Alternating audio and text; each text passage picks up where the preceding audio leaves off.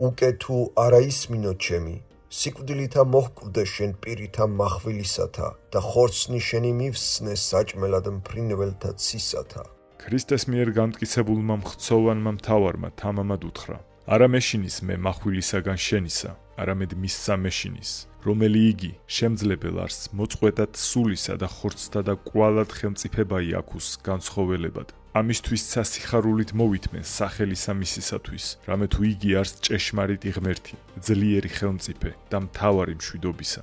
მამა მერმეთა მათ საუკუნეთა. ბებერო უგუნურო, ნუ თუ არიცი, რომ ჩემს ხელთაა შენი სიცოცხლე, ჩემი ნება გაგიშვებ თუ არა. ეს შენს ხელთ არ იქნებოდა ღმერთისგან რომ არ გქონდეს ამის ნება მონიჭებული. მშვიდად მიუგო ჭარმაგმა გმირმა.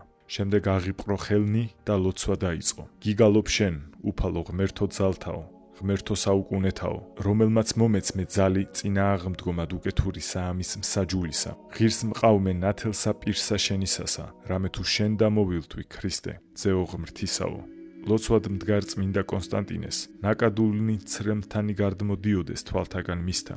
ხალიფამ ჯალათებს უბრძანა, თავი მოეკვეთათ წმინდა კონსტანტისთვის. უცხოთესლმა ლოცვად მდგარ მარტვილს თავი მოჰკვეთა და მიართვა მეფესა თვისსა, ვითარცა იგი თავი იოანე ნათლისმცემლისაი ჰეროდეს. ეს მოხდა 10 ნოემბერს, წმინდა დიდმოწამე გიორგის ხსენების დღეს. წმინდანის გვამი მაღალ ძელზე დահკიდეს ხალხის დასაშინებლად, შემდგომ კი დამარხეს. რამდენიმე წლის შემდეგ ქართველებმა წმინდა კონსტანტი კახის ნეშტი სამშობლოში გადმოასვენეს. კურთხეულ იყოს ღმერთი, რომელმან ესე ვითარი მადლი მოსცა ჩვენს ქვეყანას, რადგან უგუნურთ გონიათ, რომ ამ ქვეყნიური ძალაუფლება წარმოადგენს გამარჯვებას. ჩვენ კი დაბალთა ქრისტიანთა ამათ ნათლად ვუწყით, რომ მაცხოვარმა ჩვენმა სიკვდილით დაამარცხა. მეგობრებო, იმისთვის რომ ჩვენმა პროექტმა განაგრძოს მუშაობა და განვითარება, გვჭირდება თქვენი მხარდაჭერა და თანადგომა.